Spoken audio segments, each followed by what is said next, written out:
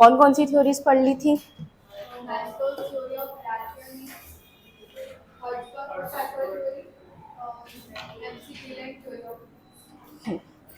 McLellan, MC Leyland ने।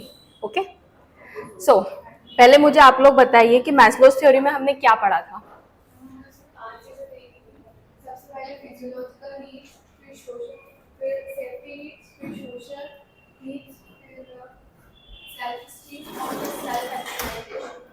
Perfect.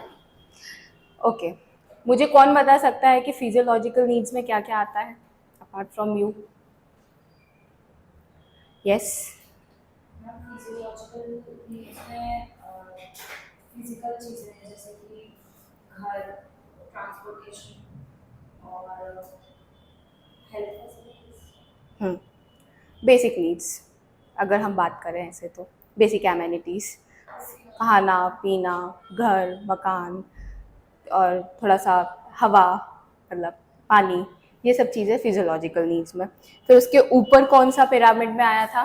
Safety needs. Safety needs में हमने क्या बात करी थी? सुरक्षा। Very good. फिर उसके बाद हमने क्या पढ़ा था? Social needs. सोशल नीड्स में क्या देखा था? यस, लव, बिलोंगिंगनेस क्रिएट होनी चाहिए एक इंडिविजुअल के अंदर अपने ऑर्गेनाइजेशन के लिए, सो दैट वो तभी मोटिवेटेड फील होगा, तभी वो उस ऑर्गेनाइजेशन के लिए काम करेगा, अदरवाइज वो नहीं करेगा। ठीक है, फिर उसके बाद हमने पढ़ी थी एक सेल्फ एस्टीम नीड्स, ये रिस्पेक्ट और रिकॉग्निशन के लिए हमने बात करी थी इस पे। फिर उसके बाद हमने सेल्फ एक्चुअलाइजेशन नीड्स पढ़ा था। ठीक है, ये मैस्लो में पढ़ा था। फिर उसके बाद हमने कौन सी थ्योरी पढ़ी थी? हर्ट्जबर्ग टू फैक्टर थ्योरी। एक पुअर हाइजीन पे के ऊपर की हाइजीन फैक्टर था। Very good. फिर उसके बाद हमने पढ़ा था मैक्लेलैंड्स थ्योरी, राइट। उसमें हमने 3 मोटिवेटर्स पढ़े थे। कौन कौन से पढ़े थे?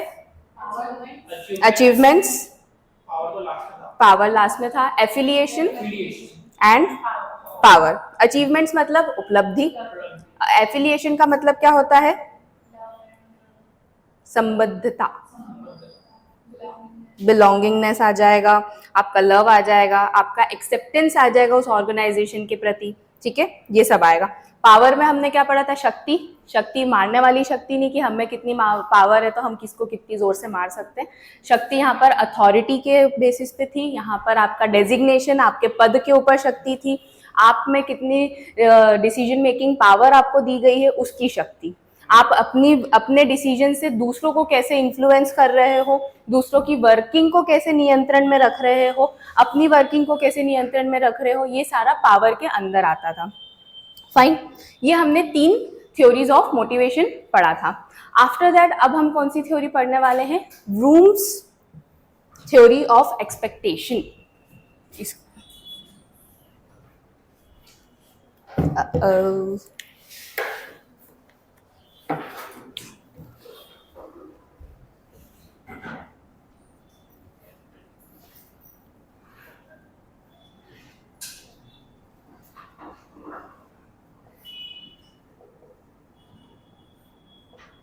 ओके, इसको व्रूम्स बोलते हैं, व्रूम की प्रत्याशा का सिद्धांत।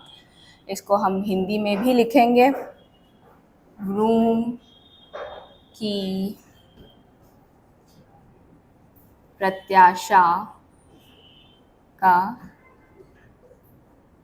सिद्धांत। फाइन।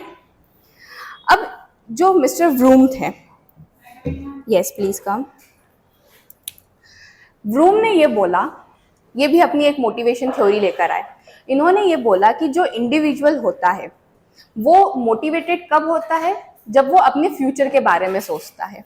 उन्होंने ये बोला कि वो फ्यूचर में क्या एक्सपेक्ट कर रहा है, फ्यूचर में उसके परफॉर्मेंस से क्या अफेक्ट होगा उसके पूरे करियर पे, उसके पर्सनल डेवलपमेंट पे, ये सब चीज़ें व्रूम ने इंक्लूड करी थी।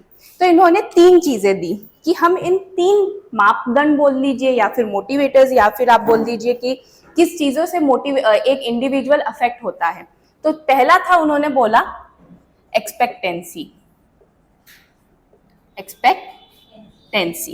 एक्सपेक्टेंसी की मतलब बोलेंगे हम अपेक्षा, राइट। फिर उन्होंने दूसरा एक और बोला, इंस्ट्रूमेंटलिटी। इंस्ट्रूमेंटलिटी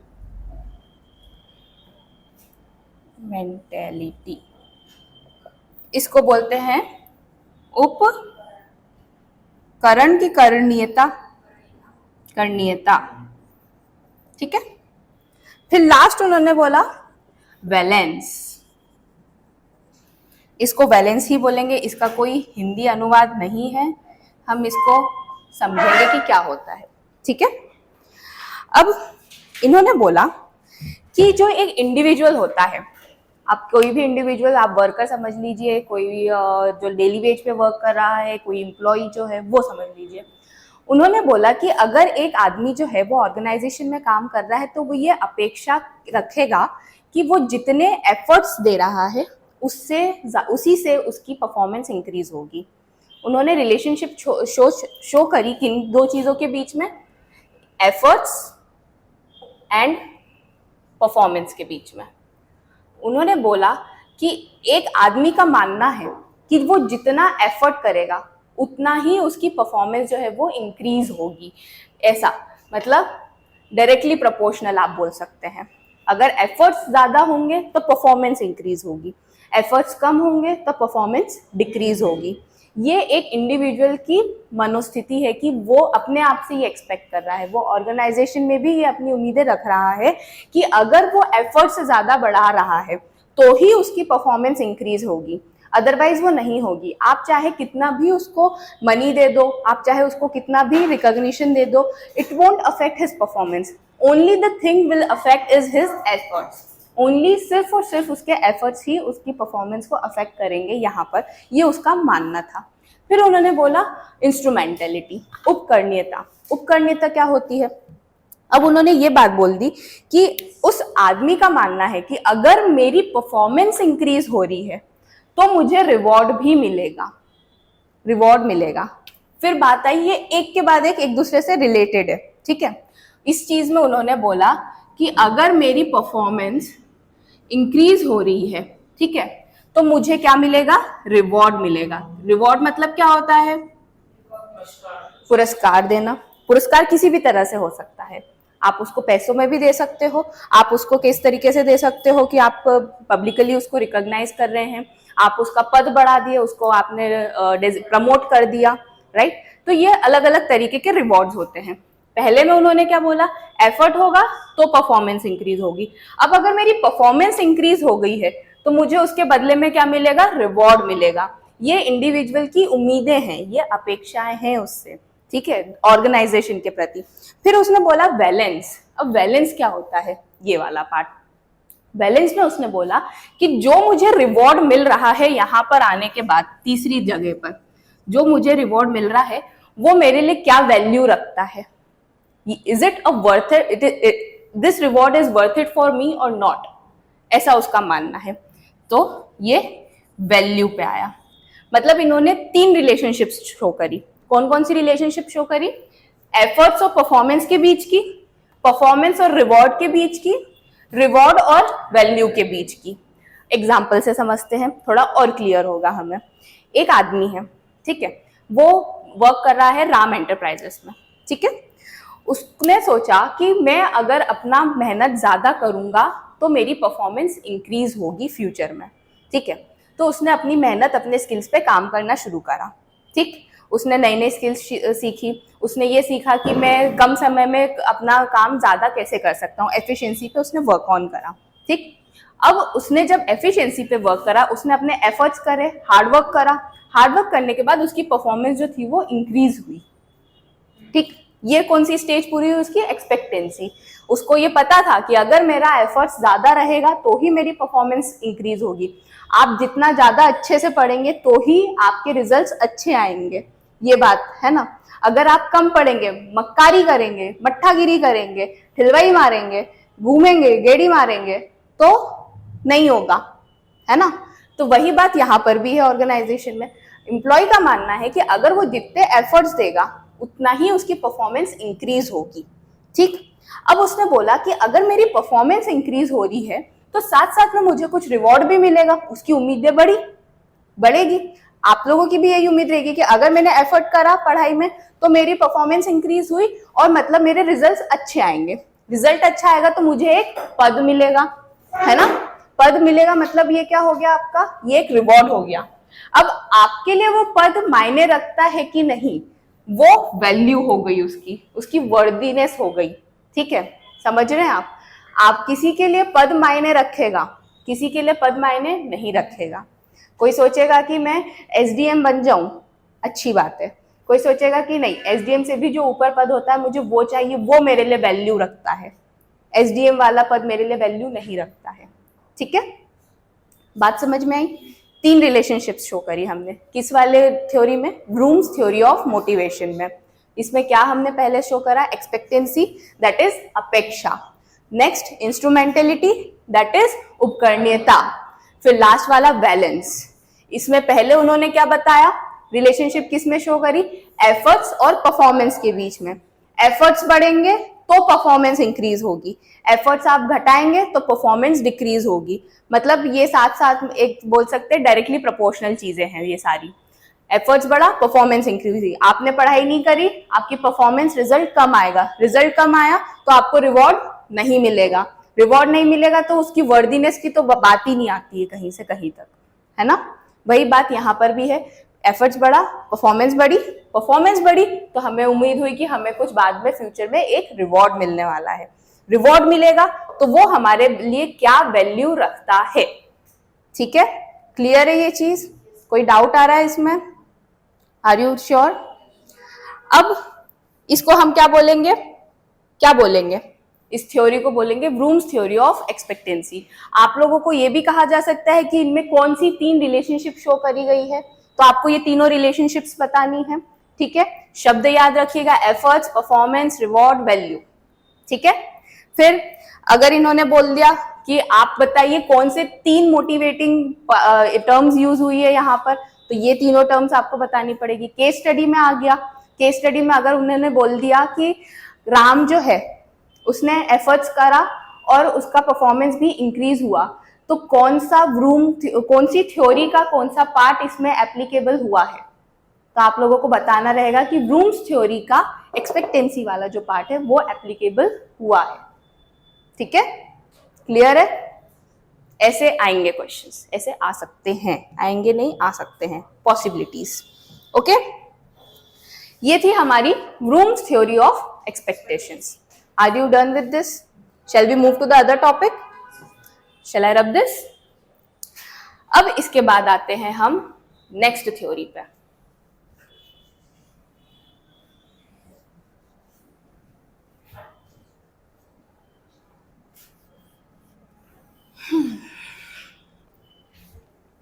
नेक्स्ट थ्योरी है हमारी, हाँ इसको आप एक तरीके से ये भी लिख सकते हैं, मैं बताना भूल गई, motivation is equals to V into I into E. V से बैलेंस, I से इंस्ट्रूमेंटेलिटी, E से एक्सपेक्टेंसी। ठीक है, आप ये एक जो आप बोल सकते हैं इक्वेशन ये यूज कर सकते हैं उसको एक्सप्लेन करने के लिए अगर आएगा तो, क्योंकि मोटिवेशन इज इक्वल्स टू जब ये तीनों साथ में होंगे तभी वो आदमी मोटिवेटेड फील होगा, तभी उसको लगेगा कि मेरा एफर्ट्स देना मेरे फ्यूचर के लिए हेल्पफुल है, मेरे करियर के लिए हेल्पफुल है, अदरवाइज वो नहीं देगा। ये साथ में अगर तीनों रहेंगे तो ही उसके लिए अच्छी चीज होगी, मोटिवेटिंग थिंग होगी, एनकरेजमेंट थिंग होगी, अदरवाइज वो नहीं करेगा। इसमें से अगर एक भी चीज उसमें से मिसिंग हुई, अगर आपने सोच लिया कि उसका परफॉर्मेंस इंक्रीज हो गया और आप उसको रिवॉर्ड नहीं दे रहे हो, तो वो अगले दिन से एफर्ट्स देना बंद कर देगा। ठीक है, तीनों चीजें साथ साथ में चल रही है, साइमल्टेनियसली चल रही हैं। फाइन, ये चीजें आपको डाल दी हैं। अब इसके बाद आते हैं हम McGregor's theory of X and theory Y. ये एक नई थ्योरी भाई, अगेन इसको बोलते हैं, एमसी नहीं बोलेंगे पहली बात। ठीक है, McGregor's theory of X and theory Y, इसको हिंदी में भी लिख देते हैं, मैकग्रेगर का सिद्धांत, अरे यार, x और y। अब ये x और y क्या होता है, हम मैथ्स पढ़ते हैं, है ना। Let the variable be x, let the variable be y। तो यहाँ पर हमारे लिए वेरिएबल है एम्प्लॉयज।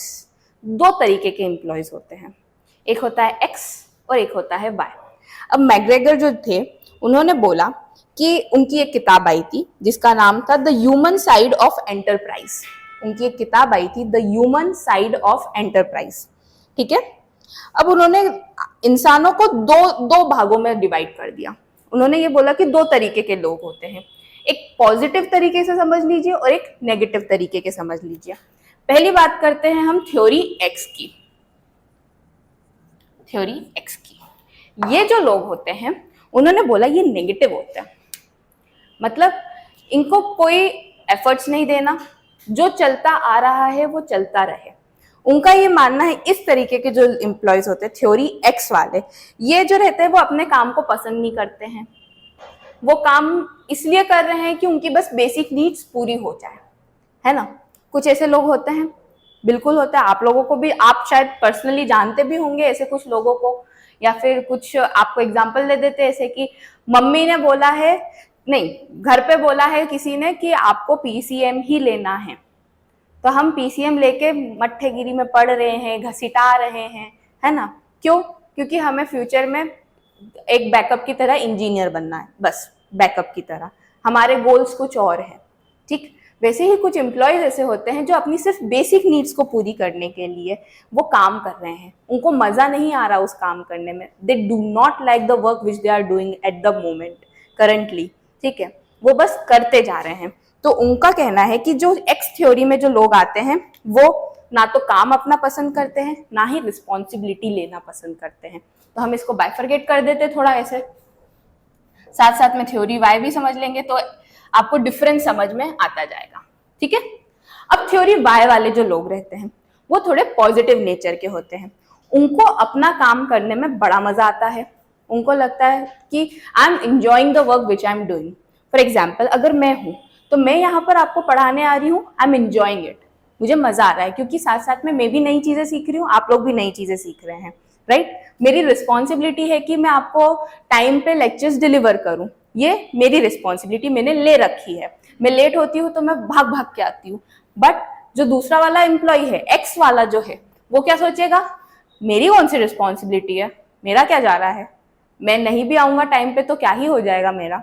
मतलब the person is not at all dedicated towards his work, वो अपने काम के प्रति पूरी क्षमता से, पूरे डेडिकेशन से काम नहीं कर रहा है, ठीक है। तो अगर हम यहाँ पर इसको बात करते हैं तो एम्प्लॉयज जो रहते हैं वो डिसलाइक करते हैं वर्क को, ठीक। दे अवॉइड रिस्पॉन्सिबिलिटी, मतलब रिस्पॉन्सिबिलिटी का मतलब सभी को पता है, जिम्मेदारियां लेने से वो कतराते हैं, बचते हैं, नहीं लेना हमें। अब ये वाले जो एम्प्लॉय होते हैं ये खुद सेल्फ मोटिवेटेड होते हैं, इनको लगता है कि मैं आगे बढ़ के लूंगा रिस्पॉन्सिबिलिटी, इनिशिएटिव करना, पहल करना, ठीक है। तो ये जो रहते हैं क्या होते हैं, सेल्फ मोटिवेटेड, फाइन। और they always ready to take responsibility, self motivated है, इनको किसी और की जरूरत नहीं है कि आप मोटिवेट करो, उनको रिकॉग्नाइज करो या बार बार आप उनको बताओ कि आपको क्या क्या करना है। They are having their own capabilities, their ability is defining their work, ठीक है। तो यहाँ पर वो सेल्फ मोटिवेटेड भी रहते हैं and they always ready to take responsibilities, okay. अब जो बात आती है नेक्स्ट पॉइंट की, क्या आ गया कि इन लोगों को, ये तो मट्ठेगिरी पे आ गए भाई, काम ही नहीं कर रहे हैं, है ना, they are not liking their work. तो इन लोगों को क्या करा जाता है, पनिशमेंट्स दी जाती है कभी कभी।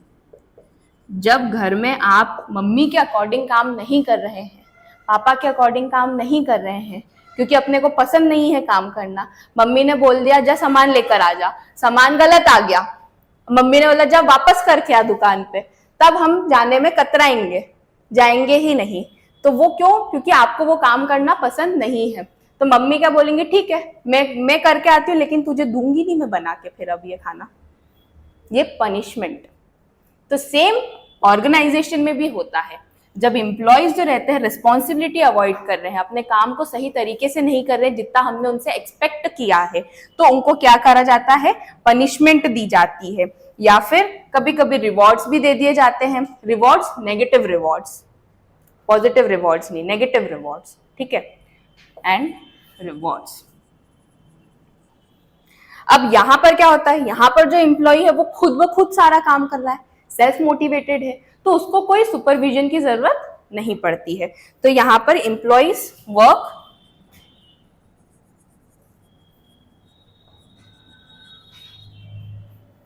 Without supervision. और यहां दूसरी तरफ सुपरविजन करना जरूरी है कि नहीं है, क्यों, क्योंकि वो काम ही नहीं कर रहा है सही तरीके से जितनी उम्मीदें की गई हैं, राइट। फिर यहां पर आता है नीड क्लोज सुपरविजन, आप डाल सकते हैं। ये लोग जो हैं दे ऑलवेज डिजायर मनी, पैसा दोगे तो काम करूंगा वरना नहीं करूंगा, सिंपल। मुझे क्या मिल रहा है बदले में, यूं बोल देंगे, क्यों करूं मैं, क्यों मैं आपके लिए 1 घंटा एक्स्ट्रा दूं, क्या दे रहे हो आप मुझे, दैट एटीट्यूड। ऑल्दो कभी कभी ऑर्गेनाइजेशन पे करती है, मोस्टली ऑर्गेनाइजेशन पे करती है उनके एक्स्ट्रा वर्क के लिए, बट जब वो उनका बीच में एक एटीट्यूड, ईगो आ जाता है, क्यों करें हम, मुझे तो पसंद ही नहीं, पहले ही वो बचता रहता है उस काम से, और उसको वो काम करने के लिए जब बोल देते हैं तो वो बच और अपना मुंह छुपा के भागता है। जैसे हम क्लास में हैं, क्लास में अगर मैंने किसी से क्वेश्चन पूछा तो एक बच्चा होगा जिसे आता होगा आंसर, और एक बच्चा होगा जो वो प्रिटेंड करेगा कि मुझे आता है आंसर पर नहीं आता। और कभी बाय चांस उससे मैडम ने पूछ लिया, बता भाई क्या पूछा मैंने तेरे को, तू बड़ा मुंडी हिला रहा है बता, है ना, वो नहीं बोला, दैट मीन्स वो अपने काम को सही तरीके से नहीं कर रहा था और वो बस प्रिटेंड कर रहा था कि मैं कर रहा हूं अच्छा काम। इस केस में फिर वो क्या होगा, उसको पनिशमेंट दी जाती है, उसको अब बंदे को आ जाएगा ये कि मेरे को पब्लिकली मैम ने बोल दिया, तो वो अपने लिए, उसके लिए मनी क्या हो जाएगी कि मैं पढ़ूं, है ना। यहाँ पर एम्प्लॉयज के लिए हो जाएगा कि जब उसको पैसा दिया जाएगा तभी वो काम करेगा, अदरवाइज वो काम नहीं करेगा। आप चाहे उसको कितना भी पनिशमेंट दे दो, कितना भी बोल दो, he is always money minded person, पैसा दो काम लो, सिंपल। अब यहाँ पर बात आते हैं, तो इनको नेचुरली वो अपना काम करते हैं, तो दे नेचुरली, क्यों नेचुरली वर्क कर रहे हैं, because they are liking their work, ठीक है, वो सेल्फ मोटिवेटेड हैं, वो खुद ब खुद इनिशिएटिव्स ले रहे हैं, पहल कर रहे हैं, उनको मजा आ रहा है काम करने में। फिर आते हैं हम कि एक और बात आ जाती है यहाँ पर अथॉरिटी की। अथॉरिटी कैसे होगी, कोई बता सकता है, हमने कुछ लीडरशिप के बारे में हमने थोड़ा सा ब्रीफ में पढ़ा था, एनीवन रिमेंबर दैट, उसके बारे में भी हम अब डिटेल में पढ़ेंगे क्योंकि उसकी भी थ्योरीज और स्टाइल्स अलग अलग होती है, तो वो हमें जानना बहुत जरूरी है, ठीक है। तो पहले मैंने आपको 3 तरीके की लीडरशिप एकदम ब्रीफ में बताई थी, कौन कौन सी बताई थी, डेमोक्रेटिक, ऑटोक्रेटिक, लेजिस्फेयर, वेरी गुड। अब बात आती है कि यहाँ पर कौन सी लीडरशिप, क्योंकि 2 तरीके के लोग आ गए हमारे ऑर्गेनाइजेशन में, एक एक्स हो गया और एक वाई हो गया, जो एक नेगेटिव पर्सन है और एक पॉजिटिव पर्सन है। यहाँ पर कौन सी हम लीडरशिप अपनाते हैं, अगर ऑर्गेनाइजेशन में एक मैनेजर को अपनानी पड़ेगी तो कौन सी वो अपना सकता है, वाई वाले में तो ऑटोक्रेटिक है, वाई में ऑटोक्रेटिक आएगी, लेजिस्फेयर आएगी, ओके वेरी गुड, एक्स में ऑटोक्रेटिक आएगी और वाई में लेजिस्फेयर आएगी, ओके गुड। इसमें ऑटोक्रेटिक, अब भाई ऑटोक्रेटिक क्या होता है, जिनको नहीं पता वो मैं बता देती हूँ।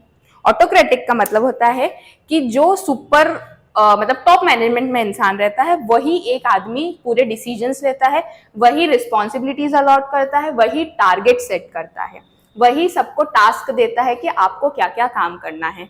डिसीजन मेकिंग प्रोसेस में वो किसी और से नहीं पूछेगा, सिर्फ मैं ही राजा हूं, मैं ही जो बोलूंगा वही प्रजा करेगी, उसका कहना ये होता है।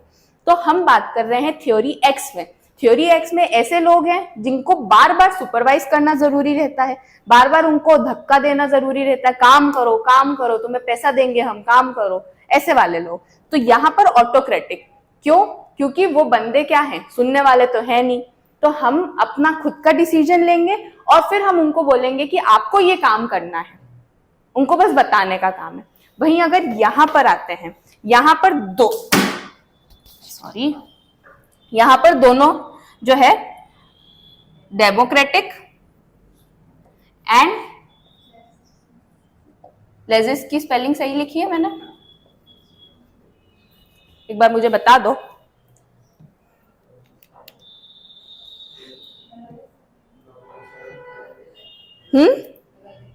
डबल एस आएगा? क्या बात कर रहे हो यार, सही में? ठीक, अब यहां पर ऑटोक्रेटिक हो गया, यहां पर डेमोक्रेटिक और लेजिस्फेयर स्टाइल ऑफ लीडरशिप आएगी। क्यों आएगी दोनों, क्यों आएगी? यस,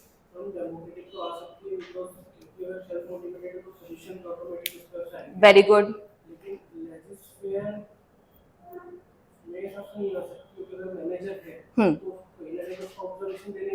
एग्जैक्टली,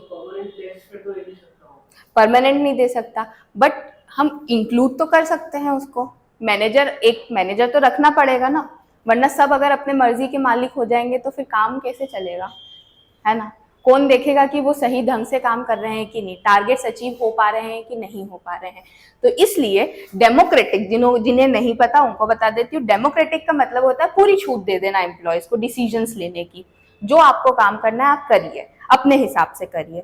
और लेजिस्फेयर का मतलब होता है कि अगर हमने उनको छूट दे रखी है और कोई टॉप मैनेजमेंट का आदमी है तो वो दोनों आपस में बैठ के डिसीजंस लेते हैं, ठीक है? इसमें दोनों तरीके की लीडरशिप स्टाइल अपनाई जाएगी। क्यों? क्योंकि यहाँ पर थ्योरी वाई में सेल्फ मोटिवेटेड लोग हैं, वो खुद काम कर रहे हैं, खुद को पसंद आ रहा है काम करना। तो ठीक है, क्या बात करी हमने यहाँ पर थ्योरी एक्स और थ्योरी वाई में, कि एक और बात आ जाती है कि कभी कभी जैसे अब इनको डील करना बहुत जरूरी होता है, राइट? थ्योरी एक्स और थ्योरी वाई वालों को कैसे डील करें? वो तो चलो मान लिया कि वो अच्छे आदमी, सेल्फ मोटिवेटेड है, बट ये लोग तो है नहीं, तो इनके लिए जो होता है यहाँ पर ऑब्जेक्टिव्स जो रहते हैं वो सेट किए जाते हैं। Objective set by the supervisor, ठीक है? समझ में आ जाएगा, मैंने थोड़ा ऐसा उधर लिखा है, ठीक है? और यहां पर जो थ्योरी वाई है, यहां पर ऑब्जेक्टिव्स जो रहते हैं वो जॉइंटली सेट किए जाते हैं। क्यों जॉइंटली सेट किए जाते हैं? किस तरीके की लीडरशिप अभी हमने देखी यहाँ पर फॉलो हो रही है? लेजिस्फेयर, मतलब दोनों लोग, एक टॉप मैनेजमेंट वाला और वर्कर, दोनों साथ में काम कर रहे हैं, तो इसलिए दोनों साथ में मिलके ऑब्जेक्टिव्स को सेंड किया जाता है जॉइंटली, ऑब्जेक्टिव्स जॉइंटली सेट, ठीक है? फिर यहां पर प्रॉपर इनको डायरेक्शन देनी पड़ती है, प्रॉपर इनको ऑर्गेनाइज करना पड़ता है, प्रॉपर इनको कंट्रोल करना पड़ता है, प्रॉपर इनके लिए एक पूरी प्लानिंग की जाती है इनको मोटिवेट करने के लिए। वेरएज अगर यहाँ पर बात कर रहे हैं थ्योरी वाई में, तो ये लोग क्या, एक पॉजिटिव नेचर के इंसान होते हैं। दे आर लाइक, उनको हम रिवॉर्ड्स दे देंगे, उनके लिए जो वैल्यू रखती है चीजें वो प्रोवाइड कर देंगे, तो वो सेल्फ मोटिवेटेड हो जाएंगे और खुद ब खुद अपना काम करेंगे। जैसे आपको मैंने एक बार एग्जाम्पल दिया था कि माई फ्रेंड, मैंने बहुत पहले एक एग्जाम्पल दिया था कि she is very good in communication, है ना? वो उसकी वोकैबुलरी, शब्दकोश उसके बहुत अच्छे हैं। तो उसने क्या करा, वो खुद ब खुद इनिशिएटिव लेने लग गई अपने स्कूल में एंकरिंग करने के लिए, स्किट्स में पार्टिसिपेट करने लग गई, जो नाटक होते हैं छोटे छोटे से नुक्कड़ नाटक जो होते हैं। क्यों? क्योंकि उसके बोलने का तरीका जो था वो अच्छा था, उसमें वो कॉन्फिडेंस था, वो अपने काम को इंजॉय कर रही थी। थ्योरी वाई वाली इंसान। अब बात करते हैं थ्योरी एक्स वाला इंसान, एक बच्चा जो बोलने में ज्यादा इंटरेस्ट ही नहीं रखता, अंडर कॉन्फिडेंट। अगर मैं अभी बोलूं कि यहाँ पर आके बोलो, वो नहीं बोलेगा, ऐसे करने लगेगा, ठीक है? क्यों? क्योंकि उसको उसमें इंटरेस्ट ही नहीं है। वो उसका कॉन्फिडेंस है ही नहीं, उसको मजा ही नहीं आ रहा। बस अगर मैंने उसको बोल दिया कि प्रेजेंटेशन देनी ही है, कुछ भी हो जाए, नंबर्स जुड़ेंगे तुम्हारे, ठीक है, तो क्या वो मजबूरी में आएगा?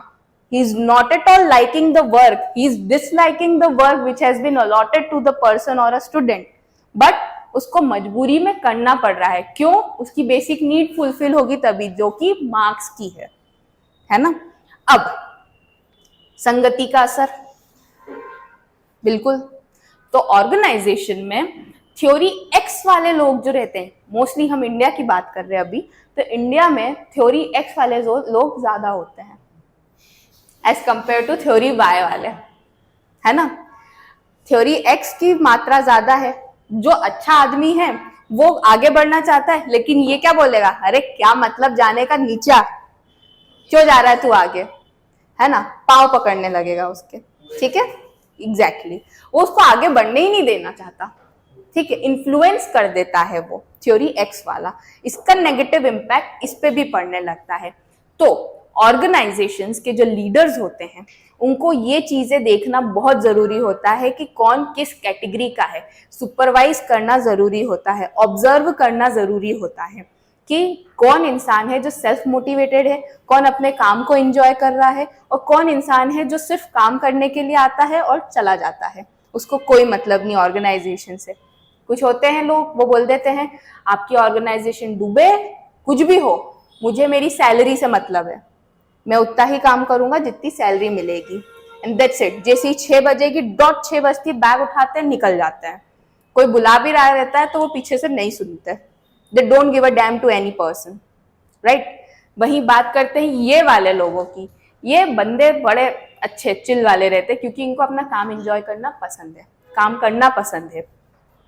लीडर्स को जब बाइफरगेट करना होता है तो साथ साथ में ये लीडरशिप स्टाइल्स भी फिर अपनानी पड़ती है, अलग अलग लोगों के लिए अलग अलग तौर तरीके, ठीक है।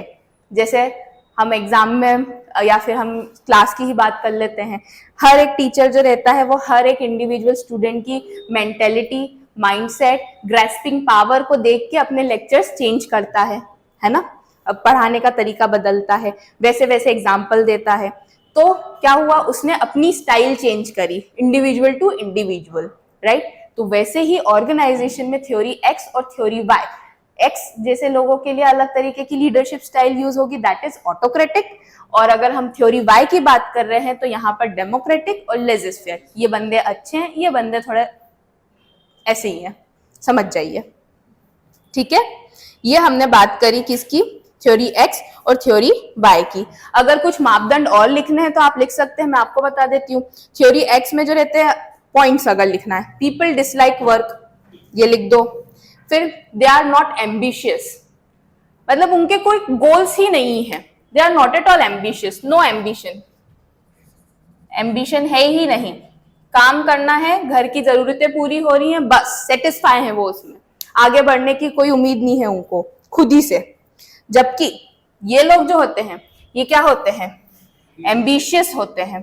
एम्बिशियस का मतलब पता है सबको, सबको पता है क्या होता है,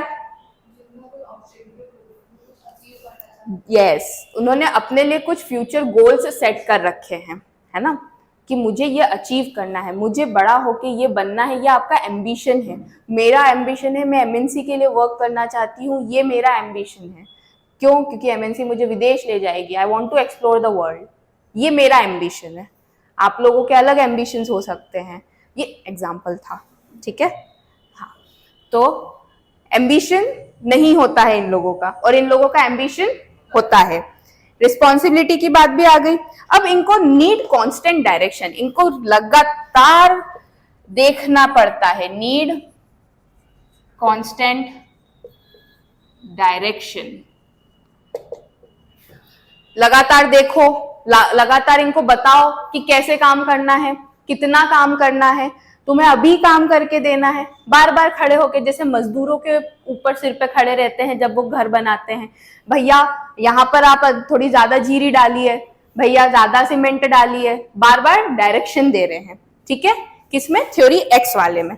वेयरएज यहाँ पर जो रहता है, ये लोग सेल्फ मोटिवेटेड रहते हैं, तो no direction, time to time इनको बस हमें रिस्पॉन्सिबिलिटीज इनकी बतानी रहती है कि ये टास्क इतने समय में आपको पूरा करके देना है, बस। ठीक है, फिर ये क्या करते हैं, लैक करते हैं मोटिवेशन। यहां पर लिख दूं मैं 7 point, lack motivation. These people lack motivation. इनको मोटिवेशन है ही नहीं। जब एम्बिशन ही नहीं है तो मोटिवेशन कहां से आएगा? जब किसी के एंड गोल्स ही नहीं है, कोई टारगेट ही नहीं सेट करा है, तो इंसान कैसे मोटिवेटेड होगा, कैसे एफर्ट्स डालेगा? है कि नहीं? अगर आप लोगों का मोटिवेशन, आप लोगों का एम्बिशन है फ्यूचर में आप एमपीपीएससी क्लियर करें और कलेक्टर और जो भी बनते हैं हम वैसी पद को अपनाएं, है ना, वैसा पद चाहते हैं आप लोग। आप लोगों का एक ये एम्बिशन है, उसको अचीव करने के लिए आप मोटिवेटेड हैं, एफर्ट्स डाल रहे हैं, राइट? अगर एक इंसान का कोई एम्बिशन ही नहीं रहेगा तो वो एफर्ट्स कहाँ डालेगा? वो सोचेगा ठीक है, जितना काम चल रहा है मेरा, जितने पैसे मिल रहे हैं, I am happy with that, मुझे आगे नहीं बढ़ना। He is satisfied with the position और the money which he is giving taking at the moment. Okay, तो ये क्या होते हैं? क्या लिखा मैंने? नहीं लिखा मैंने। तो ये लोग क्या रहते हैं? मोटिवेटेड, या फिर आप बोल सकते हैं हाईली कमिटेड रहते हैं। क्या रहते हैं ये? Highly committed. ओके, फिर बात करते हैं दे work for survival and excellence. वही बात आ गई, इनको सिर्फ सर्वाइवल के लिए ये लोग कर रहे हैं काम, नॉट फॉर एक्सीलेंस। कुछ आगे बढ़ के करने की इनकी इच्छा शक्ति नहीं है। वेरेज अगर हम यहां पर बात कर रहे हैं इन लोगों की, so they work for the growth purpose, they work for growth. हमने पढ़ा था ग्रोथ इंडिविजुअल का होना बहुत जरूरी है, तभी वो मोटिवेटेड फील होता है। ठीक है, तो ये थ्योरी एक्स और थ्योरी वाई थी। क्लियर है सबको? कोई डाउट किसी को?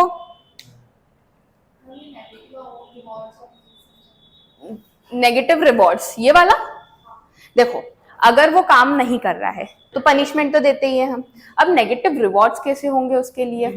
डिमोशन कर देना, उसको पब्लिकली बार बार आप ताने देना, टॉन्ट्स देना, ह्यूमिलिएट करना अपने कोवर्कर्स के सामने। एग्जाम्पल दे देते हैं, एक एम्प्लॉई है, वो राम एंटरप्राइज में काम कर रहा है। आज राम एंटरप्राइज चलेगा, ठीक है, आज के दिन याद रखना, केस स्टडी में मैं बोल सकती हूँ बार बार राम एंटरप्राइज। ठीक है, राम एंटरप्राइज है, वो उसमें राम काम कर रहा है। ठीक है, अभी तक वो अच्छा काम कर रहा था, सारे टारगेट्स अचीव कर रहा था, बट उसने सोचा कि मुझे कुछ नहीं मिल रहा ऑर्गेनाइजेशन से, ना मेरा सेल्फ ग्रोथ हो रहा है, तो वो काम करना कम कर दिया। ठीक है, उम्मीदें जो थी वो कम होती गई लोगों की उससे भी।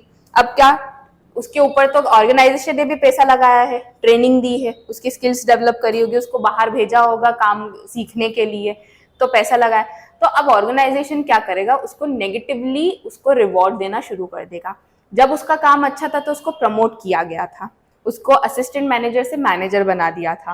अब क्या बोल देंगे? भाई तुम काम ढंग से कर नहीं रहे हो, तुम्हारी लास्ट रिपोर्ट्स जो हमने देखी है, तुम्हारा जो परफॉर्मेंस हमने मैट्रिक्स बनाया है वो सही नहीं आया है as per the standards. Actual working और स्टैंडर्ड्स में बहुत ज्यादा डिफरेंस आ रहा है। तो अब आपका जो डिमोशन हम कर रहे हैं, आपको वापस से असिस्टेंट मैनेजर बना रहे हैं, और जो डिजर्विंग कैंडिडेट है उसको आगे लेकर आ रहे हैं। अब क्या हुआ?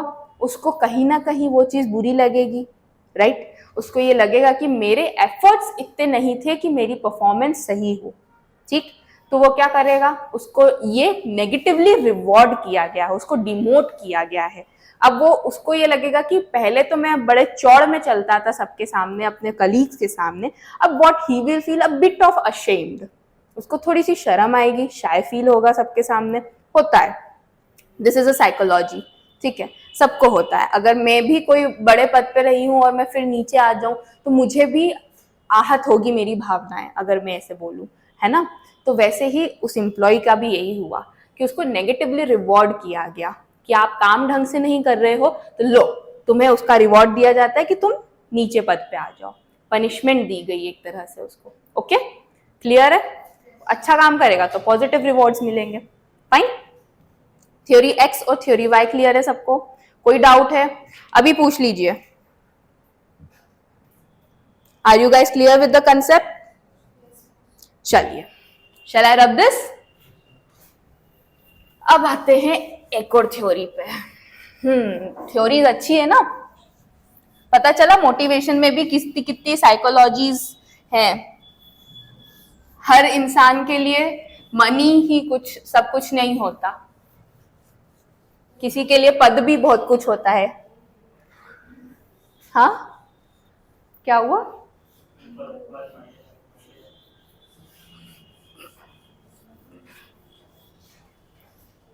ओके, अब हम आते हैं नेक्स्ट थ्योरी पे। The name of this theory is Alderfer ERG theory.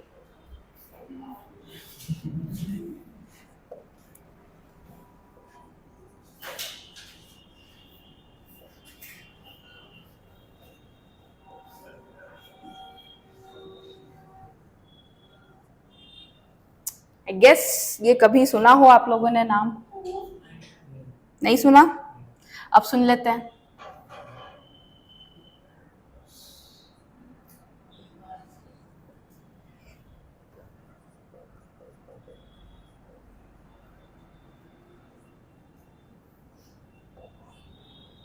ये ध है ना, थोड़ा हिसाब लगा लेना। ध, ओ ये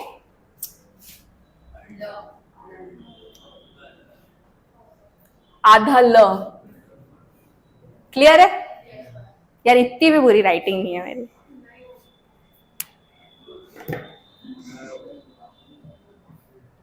चलिए अब थोड़ा सा हम पीछे जाते हैं। हमने पढ़ी थी मैस्लो की थ्योरी, ठीक? मैस्लो में हमने कुछ पिरामिड बना के देखा था, उसमें 5 चीजें डाली थी हमने। कौन कौन सी डाली थी बताइए?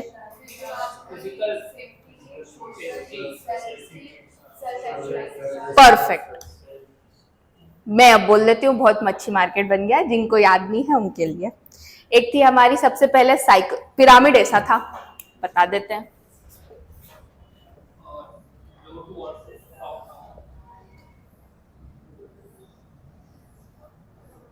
यही था ना? पहली थी हमारी फिजिकल। भाई मैं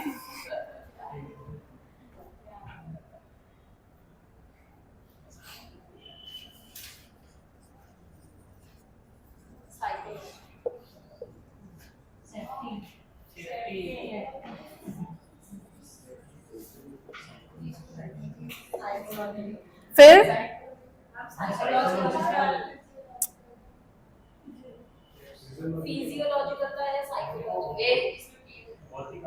साइकोलॉजिकल, फिजियोलॉजिकल बताया था ना मैंने आप लोगों को, तो स्पेलिंग गलत है। तो ये बोलो ना मैं कि मैम स्पेलिंग गलत लिख रहे हो।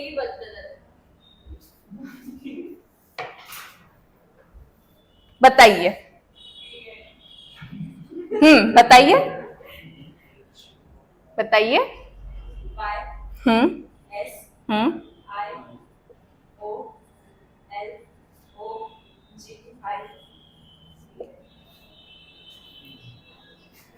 फिजियोलॉजिकल सेफ्टी, फिर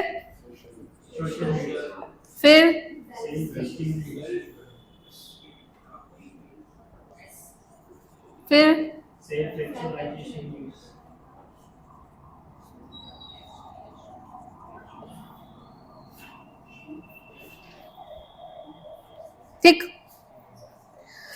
ओ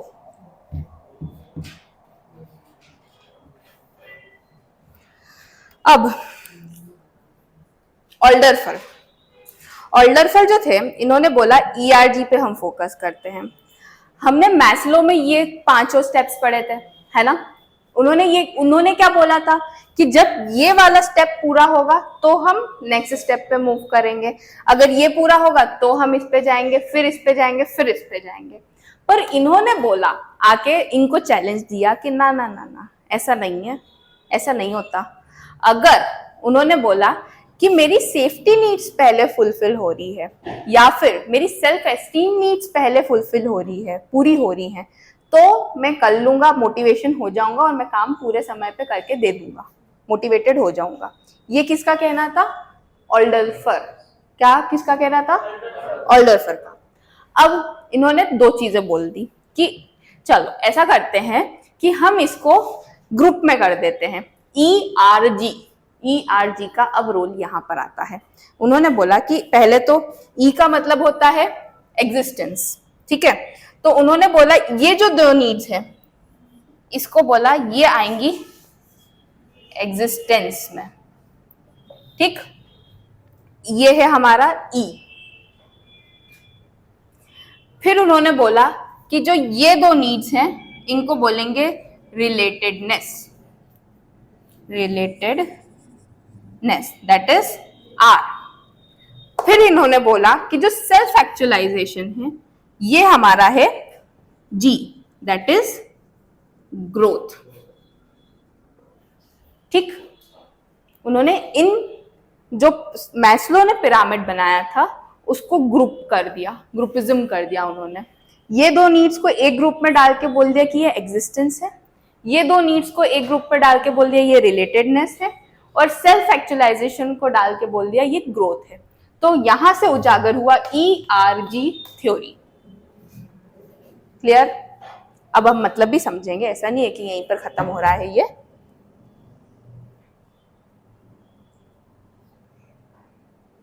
मैम ग्रोथ में सिर्फ सेल्फ एक्चुअलाइजेशन। यस,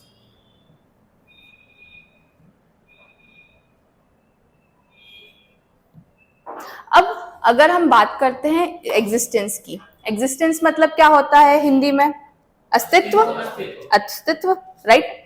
अब जब ये दोनों चीजें साथ में मिलके काम करती हैं तो ही एक इंसान का एग्जिस्टेंस होता है, तभी उसका एक अस्तित्व बनता है। कैसे अस्तित्व बनता है? उसकी बेसिक मटेरियल रिक्वायरमेंट्स जो होती है, बेसिक रिक्वायरमेंट्स, बेसिक एमिनिटीज, कपड़ा, रोटी, मकान, ये सारी चीजें थी। आप और भी चीजें उसमें इंक्लूड कर सकते हैं, क्लोथिंग मतलब वाटर हो गया और एयर हो गई, स्लीप हो गया, ये सब चीजें भी उसमें आती है, ठीक है। जब ये सारी चीजें सेफली हमारी जॉब सिक्योरिटी के साथ फुलफिल होती है तो ही एक इंसान का अस्तित्व बनता है, तभी वो एग्जिस्ट करेगा, राइट। ये उनका कहना था कि जीवन की बुनियादी भौतिक आवश्यकताओं से संबंधित होती है। मतलब किसकी? अस्तित्व की आवश्यकताएं। ये बहुत ज्यादा हिंदी है इसलिए मैं आपको मेरी सिंपल लैंग्वेज में ही बता रही हूँ। फिर अगर ये चीजें फुलफिल हो रही हैं तो उनका कहना था कि हम दूसरा ग्रुप है दैट इज सेल्फ एस्टीम और सोशल, उसको बोल दिया रिलेटेडनेस। रिलेटेडनेस का मतलब क्या होता है? इंटरपर्सनल रिलेशनशिप्स को मेंटेन करना। इंटरपर्सनल रिलेशनशिप्स आ गई मतलब आपस में लोगों से जो रिलेशनशिप्स हैं, परस्पर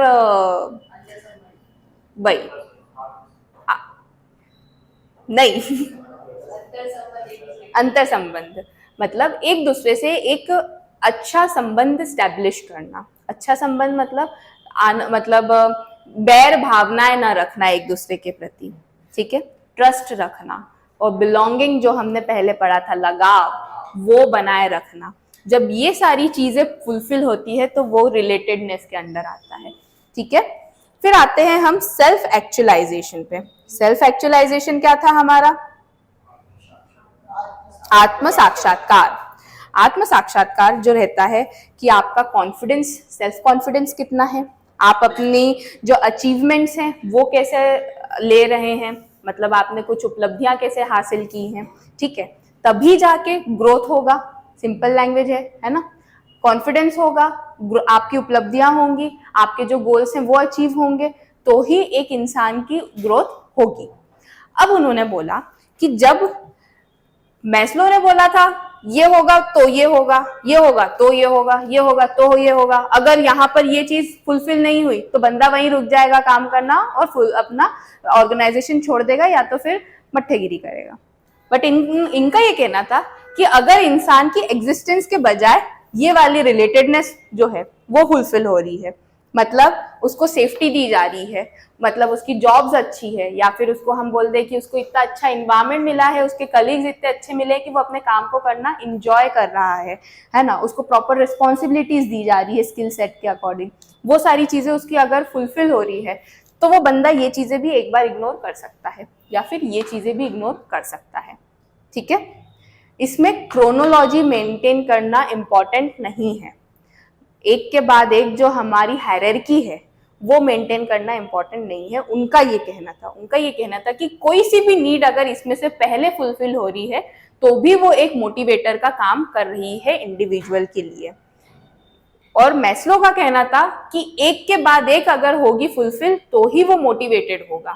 इन दोनों ने दो अलग अलग चीजें बोली हैं। क्लियर है? माइन्यूट सा डिफरेंस है दोनों के बीच में। उन्होंने बोला, इन्होंने कुछ नहीं करा, उन्हीं को बस ग्रुप करके अलग अलग नाम दे दिए। नाम देने के बाद उन्होंने बोला कि अगर एक इंडिविजुअल की ये वाली नीड फुलफिल हो रही है तो वो ये नहीं करेगा कि काम रोक दे करना, वो सोचेगा कि एटलीस्ट मेरी जो सोशल नीड्स हैं, जो मेरी सेल्फ एस्टीम नीड्स हैं, मेरा जो रिस्पॉन्सिबिलिटी रिकॉग्निशन दिया जा रहा है समाज में, वो फुलफिल हो रहा है, तो let's work for the organisation as well. हम ऑर्गेनाइजेशन के लिए काम करेंगे। वहीं मैस्लो का कहना था कि जब तक उसकी बेसिक नीड पूरी नहीं होगी तो बंदा आगे बढ़ेगा ही नहीं। ठीक है, ये इनका कहना था मैस्लो का। हाँ, फिर अगर हम एक और बात करते हैं फ्रस्ट्रेशन रिग्रेशन प्रिंसिपल की, दो प्रिंसिपल आते हैं इसमें। एक होता है फ्रस्ट्रेशन रिग्रेशन प्रिंसिपल और एक होता है सेटिस्फैक्शन प्रोग्रेशन प्रिंसिपल। लिख लेते हैं इसको।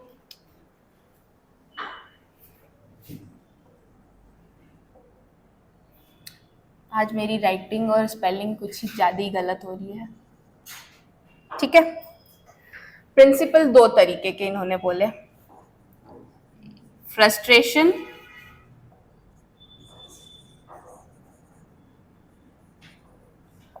Regression principal. मुझसे बात कर लीजिए, मैं हूं यहां पर बात करने को। मुझे भी पसंद है बात करना, वैसे ऐसा नहीं है। I am not at all that kind of person जो बातें ना करता हो। किसी भी टॉपिक पे बात करवा लो, कर लेंगे।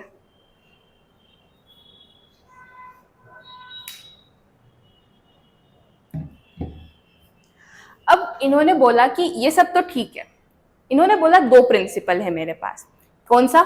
एक है फ्रस्ट्रेशन रिग्रेशन प्रिंसिपल और एक है सेटिस्फैक्शन प्रोग्रेसिव प्रिंसिपल। नाम से समझिए, फ्रस्ट्रेट हो गया इंसान, ठीक, परेशान हो गया, स्ट्रेस आ गया उसको। किस चीज का स्ट्रेस आएगा उसको? काम का स्ट्रेस आएगा, है ना। फ्रस्ट्रेट क्यों होगा? काम के कारण ही होगा। और काम के कारण, और जब उसकी जो नीड्स है वो फुलफिल नहीं होगी तब भी वो फ्रस्ट्रेट होगा। होगा कि नहीं होगा? है ना। जब हमारे मन मुताबिक काम नहीं होता है हम चिड़चिड़ हो जाते हैं, चिड़चिड़ापन आ जाता है हमारे अंदर, है ना। जब आज की बात कर लेते हैं, जब गर्लफ्रेंड फोन नहीं उठाती है, बॉयफ्रेंड चिड़चिड़ा हो जाता है, मेरा फोन नहीं उठा रही है, क्यों नहीं उठा रही है ना। बात करते हैं यहाँ पर किसकी, और ये नहीं पूछा मैंने किसकी है किसकी नहीं है,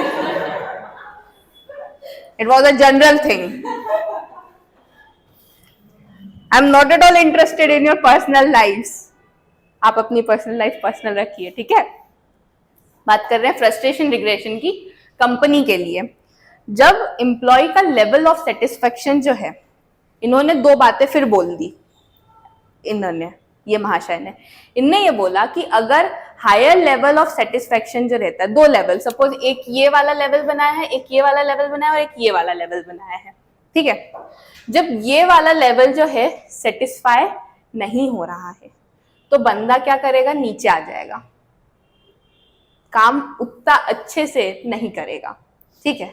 ये क्या हो गया? फ्रस्ट्रेट होके, पहले तो उसने बहुत मोटिवेट होके मैं काम करूंगा, आगे बढ़ूंगा, तुम आगे बढ़ो, मैं चलता हूँ, ये वाला काम था। उसने प्रोग्रेसिव वर्क करा था, उसने सारा काम करा था सही समय पे, मोटिवेट होके, एनकरेज होके, तो वो आगे बढ़ा था यहाँ पर, ठीक है।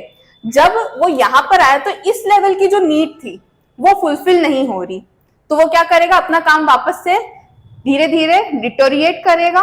मतलब जो क्षमता, जिस तरीके की क्षमता से वो काम पहले कर रहा था वो वापस उसको कम करना शुरू कर देगा और वो नीचे लेवल पे मूव कर जाएगा। रिग्रेशन, फ्रस्ट्रेट होके कम करना, ये वाला पार्ट। अब इस पे आते हैं सेटिस्फेक्शन एंड प्रोग्रेशन। जब इंसान काम कर रहा है एग्जिस्टेंस लेवल पे, है ना, उसकी नीड्स पूरी हो गई है, वो सेटिस्फाई हो गया है अपने काम से, वो सेटिस्फाई हो रहा है रिवॉर्ड से जो उसको दिए जा रहे हैं ऑर्गेनाइजेशन में, तो वो क्या करेगा, अगले स्टेप पे पहुंचेगा और प्रोग्रेसिवली आगे बढ़ेगा। प्रोग्रेस मत करना मतलब आगे बढ़ना, है ना, तो वो आगे बढ़ रहा है यहाँ पर भी।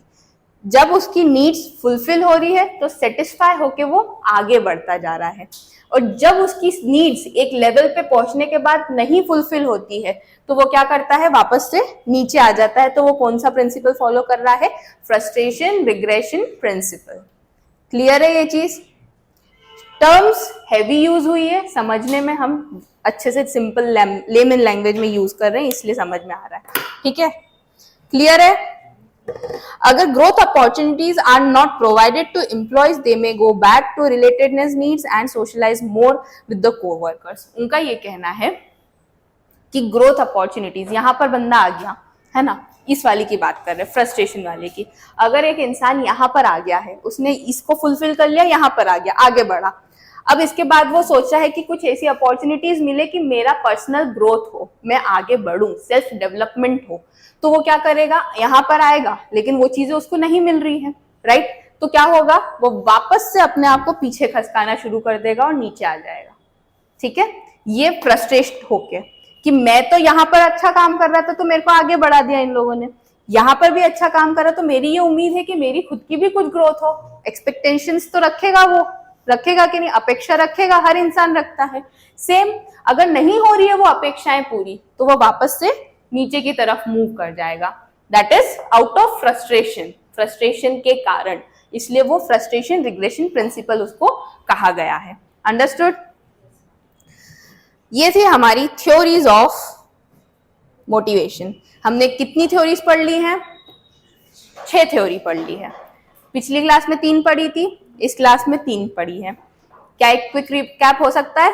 कौन बताएगा? नहीं, मैं पूछूंगी, कौन बताएगा ये नहीं, है ना। मैस्लो की थ्योरी पढ़ी थी, फिर उसके बाद हमने कौन सी पढ़ी थी, हर्ट्जबर्ग 2 फैक्टर्स थ्योरी, फिर उसके बाद हमने पढ़ी थी कौन सी,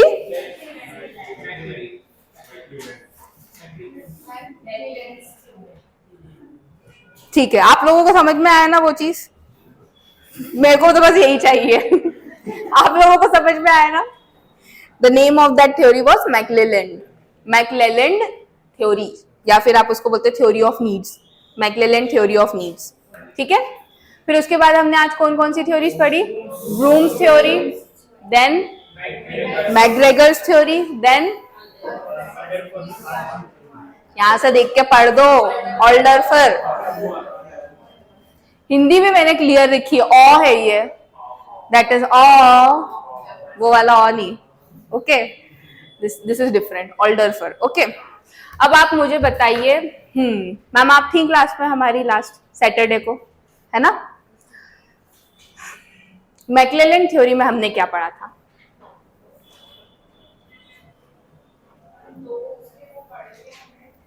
दो पढ़े थे शायद, पक्का?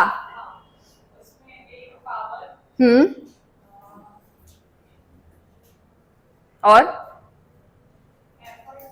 एफर्ट्स नहीं, बताइए। पावर पढ़ी थी, वो तो पढ़ी थी, मैंने खुद नहीं बताया था। और भी 2 चीजें बताई थी मैंने, आप करके मैंने बोला था याद रखना, AAP, आप, उपलब्धियां, ठीक है, और एक और पढ़ा था हमने, क्या पढ़ा था? एफिलिएशन, संबद्धता, ठीक है, याद रखना। आप, है ना, आप याद रखना। फिर हम मैस्लो की बात कर रहे हैं। मैस्लो में हमने क्या पढ़ा था? थे ना आप लास्ट क्लास में? नहीं थे तो अभी पढ़ा दिया मैंने मैस्लो, वापस बता दो बताओ।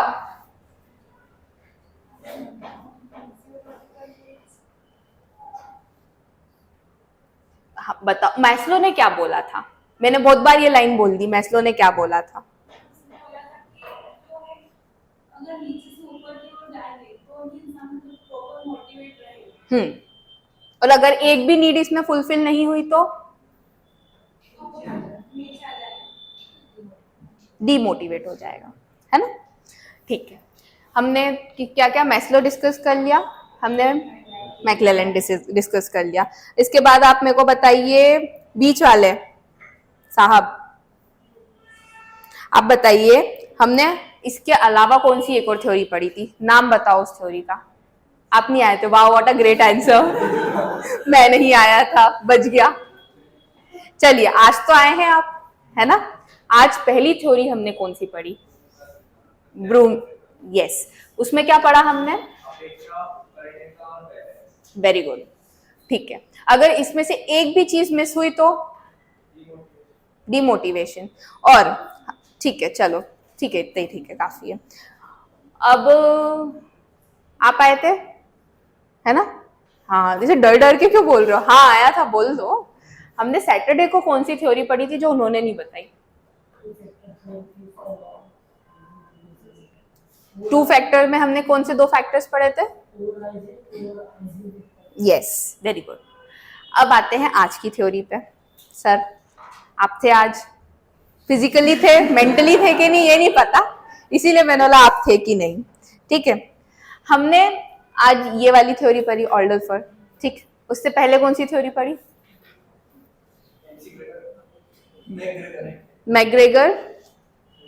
मैग्रेगर थ्योरी, ठीक है। मैग्रेगर में हमने क्या पढ़ा ये बताइए। ओके, थ्योरी एक्स में कैसे लोग होते हैं,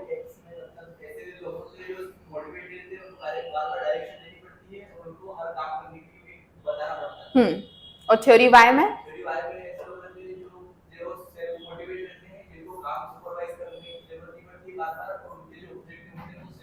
very good, very good. Anjana ji, है ना, विकास शर्मा जी, विकास। अब थ्योरी एक्स में कौन सी लीडरशिप स्टाइल हम अपनाएंगे कि वो काम करे, यस, वेरी गुड। ऑटोक्रेटिक में क्या होता है,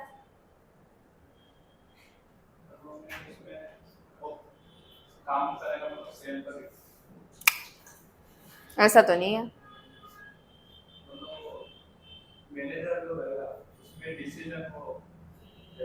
कौन लेता है, खुद लेगा मैनेजर, पक्का पक्का,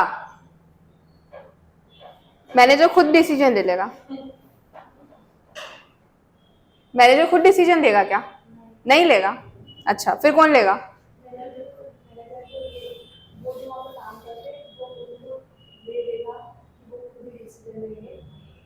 ये कौन सी स्टाइल बता रहे हो आप,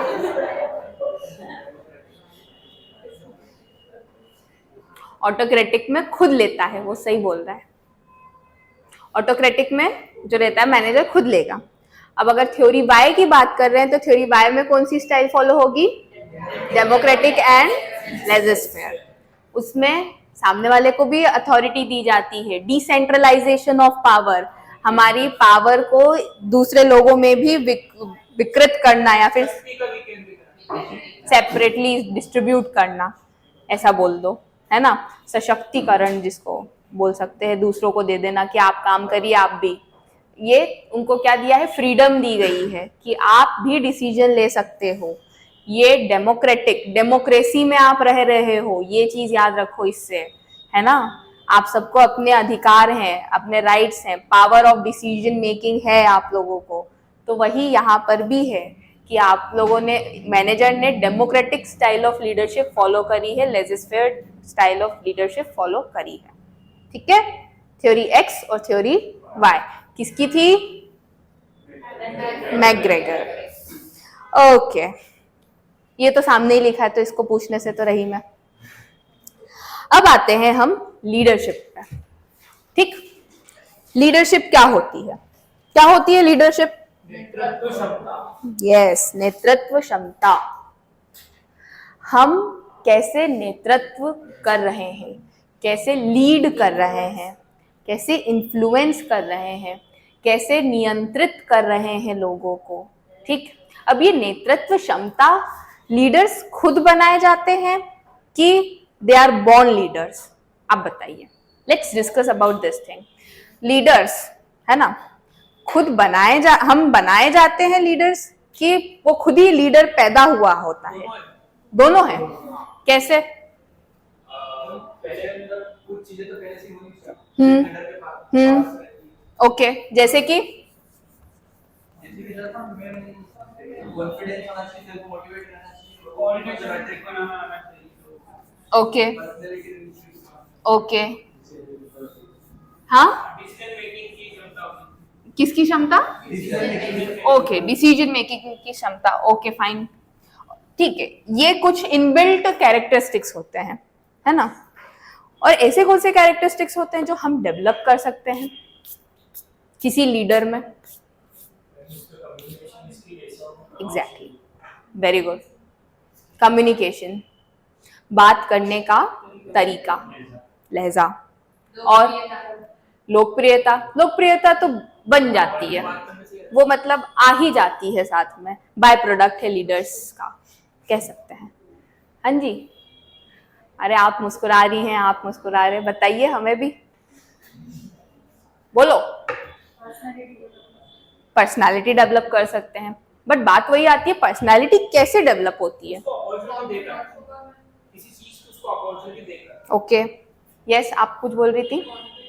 confidence. Okay, very good. Confidence, body language में चेंज लाना, मतलब हमारे पास बहुत सारी चीजें आ गई अभी डिस्कस करने को, है ना. अब बात करते हैं कुछ क्वालिटीज ऐसी जो इनबिल्ट रहती है. क्या क्या रहती है? जैसे अभी आप लोगों ने बताया, क्या क्या रहती है? सेल्फ मोटिवेशन और मैनेज करने की क्षमता. अब ये इनबिल्ट कैसे आती है? या तो हमारे जो जीन्स होते हैं, हमारे जो ऊपर हमारे पेरेंट्स रहे हैं, या फिर हमारे जो गार्डियंस रहे हैं, उनके कुछ ट्रेट्स जो है वो हमने अपने अंदर लेके आए हैं. ठीक है. कुछ ट्रेट्स जो होते हैं वो हम खुद डेवलप करते हैं. जैसे कि उन्होंने बोला कम्युनिकेशन. कम्युनिकेशन डेवलप करना बहुत इंपॉर्टेंट होता है. कम्युनिकेशन क्यों डेवलप करना इंपॉर्टेंट है एक लीडर के अंदर? क्यों इंपॉर्टेंट है?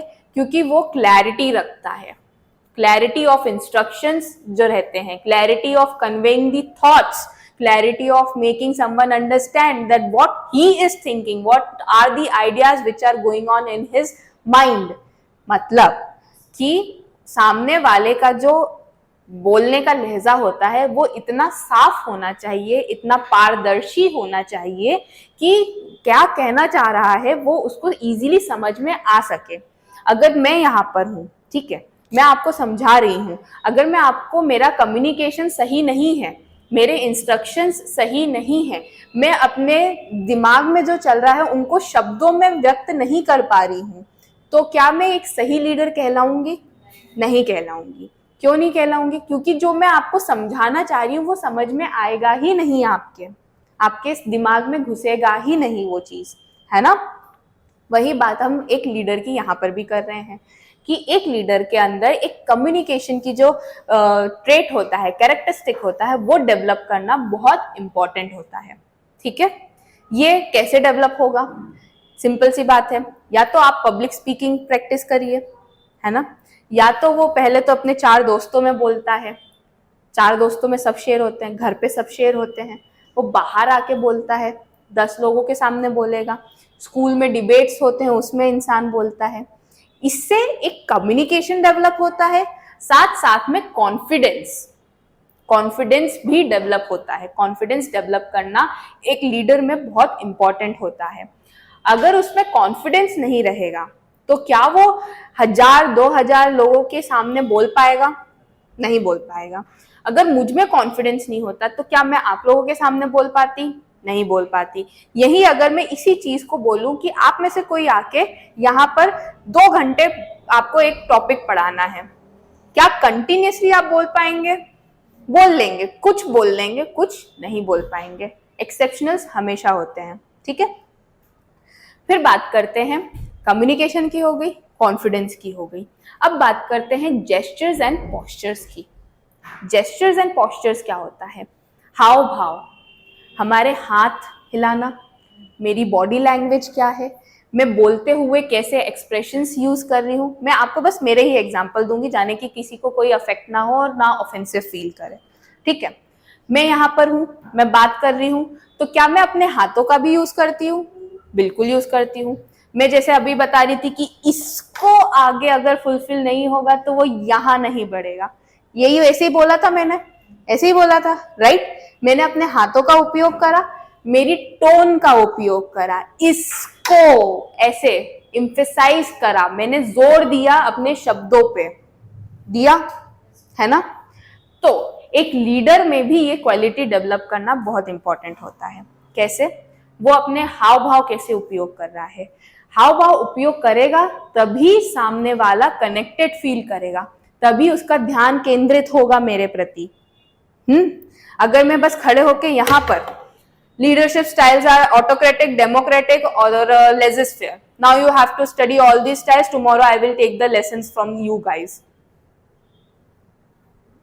क्या ये इम्पैक्टफुल था? नहीं था।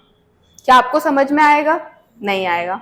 मैंने एक ही टोन में, एक ही लैंग्वेज में बोल दिया और आप लोगों को ना दिमाग में कुछ गया और आपको ये लगा कि क्या बोल के गई यार, कैसी है ये।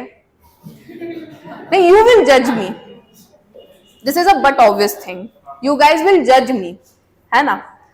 हम सब जज करते हैं, हम लीडर को भी जज करेंगे, बट आप क्या बोलोगे कि अरे मैम ऐसे समझा के गई है, हिंदी में भी बोल के गई है, इंग्लिश में भी बोल के गई है, हाथ भी यूज करके गई है, तो मतलब कुछ तो गया होगा दिमाग में, मेरा एटीट्यूड दूसरा रहा होगा बोलने का। अभी जो मैंने बोला एटीट्यूड, वो कैसा था? थोड़ा रूड था, एरोगेंट था। You guys have to study, ये ऐसा बोल दिया मैंने, tomorrow I will take the lessons, ये मैंने बोल दिया। बट अगर मैं यही चीज अच्छे से बोल दूं, अरे भाई पढ़ के आ जाना, कल तुमसे पूछने वाली हूं मैं, और मैं सीरियस हूं, नहीं मैं सीरियस हूं, ओके, मैं पूछूंगी। तो एक gestures and postures are very important for a leader. 3 चीजें पढ़ी हमने, कौन कौन सी? Communication, confidence, gestures and postures. ये सब डेवलप करना एक लीडर में बहुत इंपॉर्टेंट होता है। फिर आते हैं डिसीजन मेकिंग पावर। कुछ लोग जो रहते हैं वो नहीं ले पाते डिसीजंस, और कुछ लोग जो होते हैं वो डिसीजंस स्पॉन्टेनियसली ले लेते हैं, ऐसा मतलब ले लो, जो होगा देखा जाएगा, वैसे वाले एटीट्यूड के होते हैं वो, नहीं सीरियसली। और एक लीडर को ऐसा ही होना चाहिए, एक स्पॉन्टेनियस थिंग होनी चाहिए उसके अंदर, मतलब जो सिचुएशन आई तुरंत उसके बारे में सोचो, तुरंत जवाब दो या तुरंत उसका निर्णय ले लो, क्योंकि कल को आप लोग भी एक लीडर बनेंगे, आप लोग भी एक पद संभालेंगे। आप लोग कभी, एक एग्जाम्पल ले लेते हैं, हमारे शहर में दंगे हो गए, 2 समुदायों में दंगे हो गए, अब एसडीएम को जाना है, वहां पर पहुंचेगा, जरूर पहुंचेगा, उसको क्या लेना पड़ेगा डिसीजन कि लाठीचार्ज करना चाहिए कि नहीं करना चाहिए, ठीक है।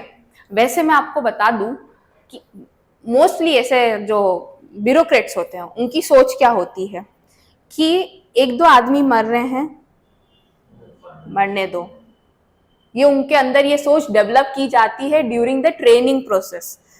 मसूरी में होती है ट्रेनिंग, यूपीएससी जो क्लियर कर जाते हैं, है ना, सबको पता होगा ये चीज। वहां पर ये ट्रेनिंग में ये सब बताया जाता है कि 2 मर गए कोई बात नहीं, बाकी के तो सही है, मतलब वो ज्यादा प्रॉफिट देख रहे हैं यहाँ पर भी कि हमारा प्रॉफिट कहाँ है, ठीक है। थोड़ा सा लॉस हो रहा है चलेगा।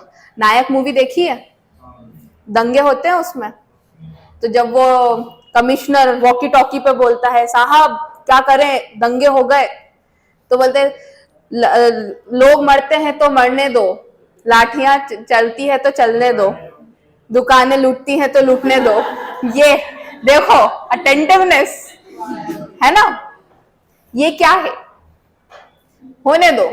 ये उसने तुरंत डिसीजन लिया है, वो भी एक लीडर था, सीएम था उस स्टेट का, था अमरीश पुरी जी सीएम बने हुए थे महाराष्ट्र के, उन्होंने तुरंत डिसीजन लिया। वैसा ही एक लीडर को डिसीजन मेकिंग पावर होनी चाहिए, उसके अंदर ये क्षमता होनी चाहिए कि वो डिसीजन सही ले सकता है कि नहीं ले सकता है, वो कितना स्पॉन्टेनियस है, कभी उसके सामने अगर कोई सिचुएशन आ रही है तो वो उस डिसीजन को ले पाएगा कि नहीं। हम लड़कियां सिंपल सा एग्जांपल ले लेते हैं, 2 टॉप है, सेम डिजाइन है, दोनों का सेम स्ट्रक्चर है, एक लेवेंडर में है और एक पिंक कलर में है, डिसाइड नहीं कर पा रहे कौन सा लें। कोई होंगे जो बोल देंगे दोनों ले लेते हैं, अमीर, और कोई जो होते हैं जिनका थोड़ा सा बजट रहता है वो बोलेंगे एक ही लेना है, पर कौन सा ले, ये वाला कि ये वाला, डिसीजन नहीं ले पा रहे। Lavender. Oh thank you so much for your opinion sir. ठीक है, तो बात कर रहे हैं हम डिसीजन मेकिंग की। डिसीजन मेकिंग जो रहता है वो होना एक इंडिविजुअल के अंदर बहुत इंपॉर्टेंट है, एक लीडर के अंदर बहुत इंपॉर्टेंट है। आप डिसीजन नहीं लेंगे तो आप अपनी अपॉर्चुनिटीज जो है वो भूल जाइए, नहीं आप ग्रेस्प कर पाएंगे। ठीक है, टॉप की बात थी, बहन ने ले लिया लेवेंडर, पिंक वाला, फिर घर पे गई सबको दिखाया, बोले कि पिंक वाला भी था, तो सब बोले अरे पिंक लेना था ना, लेवेंडर क्यों ले लिया। वापस जाएगी दुकान पे, मेरे को पिंक वाला दे दो, पिंक वाला तो कोई और लेके चला गया, अपॉर्चुनिटी गई। बात समझ में आई? ये बात हम इधर बिजनेस की भी कर रहे हैं, एंटरप्रेन्योरशिप की भी कर रहे हैं, कि जब अपॉर्चुनिटी आती है उसको ग्रैस्प करिए, उसको पकड़िए, तुरंत निर्णय लीजिए उसके प्रति। ठीक है, जिस दिन आपने निर्णय नहीं लिया उस दिन आपका वो अपॉर्चुनिटी तुरंत हाथ से छूट जाएगा और वो किसी और के हाथ में चला जाएगा। अंडरस्टूड? एक दिन का सीएम बना दिया था उन्होंने, अपॉर्चुनिटी उसने भी ले ली और उन्होंने अपनी अपॉर्चुनिटी दे दी उसको, सामने वाले को, पढ़े लिखा सीएम आ गया था। अब क्या हुआ, सत्ता गई, कुर्सी गई और नया सीएम बन गया अनिल कपूर जी, है ना, नायक मूवी में। तो वही बात यहाँ पर भी लागू होती है। ठीक है, क्लियर है ये चीज? ठीक है, अब बात करते हैं स्टाइल्स ऑफ लीडरशिप की। कौन कौन सी स्टाइल्स हमने पढ़ी थी? कुछ 3 स्टाइल्स पढ़ी थी, राइट? कौन सी पढ़ी थी? Autocratic, democratic and laser-fair. इनके अलावा भी और स्टाइल्स होती हैं, वो भी पढ़ने वाले हैं, पर थोड़ा सा अब इनको डिटेल में पढ़ेंगे, क्योंकि कब किस चीज के ऊपर क्वेश्चन बन जाए हमें नहीं पता, तो हमें सब कुछ आना चाहिए। ठीक है, ऑटोक्रेटिक लीडरशिप के बारे में बात करते हैं। इनकी क्या कुछ, पहले तो स्टाइल्स लिख देते हैं।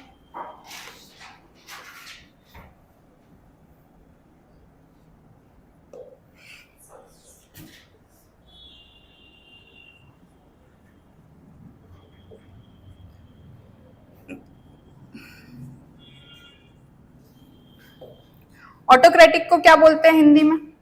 तानाशाही। Very good.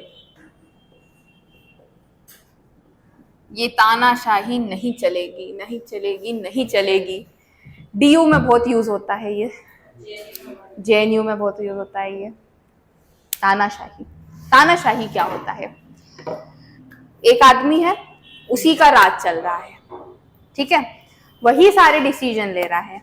किम जोंग यून हमारे biggest example, Adolf Hitler biggest example, है ना, उन्होंने भी यही करा था, डिसीजंस खुद ही लेते थे, खुद ही अपनी सारी जो रिस्पॉन्सिबिलिटीज या फिर आप जो भी बोल दीजिए टास्क जो दूसरों के होते थे थोप देते थे, आपको यही करना है, आपको जो बोला गया है उतना ही करिए, इससे ज्यादा ना करिए। ये सब चीजें क्या होती है? एक ऑटोक्रेटिक लीडरशिप की क्वालिटी होती है, या तानाशाही आप जिसको बोल सकते हैं। अब अगर बात करते हैं कुछ कैरेक्टरिस्टिक्स की, क्या कैरेक्टरिस्टिक्स होते हैं? पहला कैरेक्टरिस्टिक इनका ये होता है कि centralised decision making. Centralised decision making, केंद्रीकृत निर्णय निर्माण। ठीक है,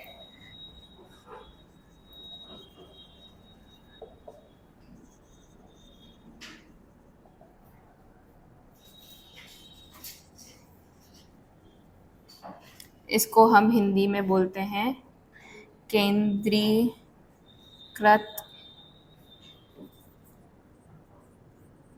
निर्णय निर्माण। ये क्या होता है? ये क्या होता है? केंद्रीकृत निर्णय निर्माण। सारी शक्तियां एक जगह केंद्रित हो जाती है और एक ही व्यक्ति उसका निर्णय लेता है जो भी कार्य करना है, किसी और को उसमें शामिल नहीं करता। Exactly, she is absolutely correct. एक ही आदमी है, वही सारी शक्तियां अपने पास रखा हुआ है, सारी अथॉरिटी उसने अपने पास रख रखी हुई है, सारी रिस्पॉन्सिबिलिटीज उसने अपने पास रख रखी है, सारा दायित्व उसने अपने पास रख रखा है कि मैं ही सारा डिसीजन लूंगा और कोई नहीं लेगा, कोई भी अपनी टांग नहीं अड़ाएगा बीच में, ऐसा वाला इंसान। तो वो सेंट्रलाइज्ड, मतलब एक ही आदमी के हाथ में सारी पावर होना, सेंट्रल पावर, ठीक है। उसके अलावा किसी के पास ये नहीं है कि कोई और आदमी आके डिसीजन ले ले उस ऑर्गेनाइजेशन में, ठीक है। फिर दूसरा कैरेक्टर बात करते हैं निर्देशों का स्पष्ट संचार, या फिर उसको हम बोलते हैं clear communication. Clear communication of directives, मतलब निर्देशों का स्पष्ट संचार। मेरे जो अभी मैंने आपको एक बताया था कम्युनिकेशन में क्लैरिटी रखना, है ना। तो एक ये जो लीडर होता है, इस ये अगर एक ही आदमी है, एक ही लीड कर रहा है, तो वही सारे निर्देश देगा। तो इजी सी बात है कि आपको इजीली समझ में आ जाएगा कि वो क्या कहना चाह रहा है ना। स्पष्ट रहेगा आपको कि वो क्या आपको व्यक्त करना चाह रहा है, उसके क्या उम्मीदें हैं आपसे, उसका क्या थॉट्स है, उसके क्या आइडियाज हैं, है ना, उसकी क्या सोच है। ये सारी चीजें किसके अंदर आ जाएगी? क्लियर कम्युनिकेशन और डायरेक्टिव्स। वो आपको क्लियरली बताएगा, स्पष्ट बताएगा कि आपको क्या काम करना है, आपका पूरा रोड मैप बता के देगा, आपका पूरा वो पाथ जो है वो डिसाइड करेगा कि कैसे कहां पर जाना है। सोइए मत, ठीक है, वरना पानी पी लीजिए। फिर लास्ट वाला एक और आता है high control over team activities. एक ही आदमी है, वही सारा हमारे, इसको हिंदी में बोलते हैं टीम की गतिविधियों का उच्च नियंत्रण।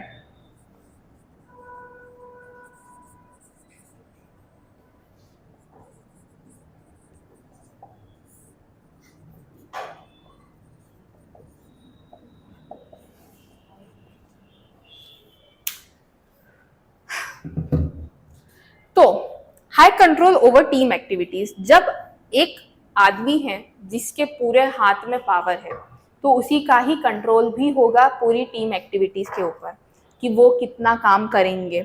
जो टारगेट सेट करने होंगे ग्रुप ऑफ पीपल के लिए, वो ही डिसाइड करेगा, वो ही नियंत्रण करेगा, वही सुपरवाइज करेगा और वही सारा कंट्रोलिंग भी करेगा, ठीक है। वही बताएगा कि आपके क्या टास्क हैं, आप लोग कितने समय में उसको पूरा करने वाले हो, किसकी क्या रिस्पॉन्सिबिलिटी है, कौन कितने समय में मेरे पास आके सारी अपनी रिपोर्ट्स मुझे देगा। ये सब सारी एक्टिविटीज पे जो नियंत्रण होता है वो एक ऑटोक्रेटिक लीडरशिप फॉलो करने वाले लीडर का होता है, ठीक है। तो ये सारी क्या थी, उसकी एक कैरेक्टरिस्टिक थी, ठीक है। अगर हम रियल वर्ल्ड एग्जाम्पल लेते हैं, ठीक है, तो जैसे मैंने अभी आपको बताया था कि दंगे हो गए, ये एक रियल वर्ल्ड एग्जाम्पल है। इसमें ऑटोक्रेटिक डिसीजन लेना या लीडरशिप फॉलो करना बहुत सही रहता है ना। अगर आप इसी सिचुएशन में, अगर दंगे हो गए हैं और आप एसडीएम हैं और आपको एक निर्णय लेना है, तो क्या आप दूसरों से पूछोगे बार बार कि मैं लाठी चार्ज करूं कि नहीं?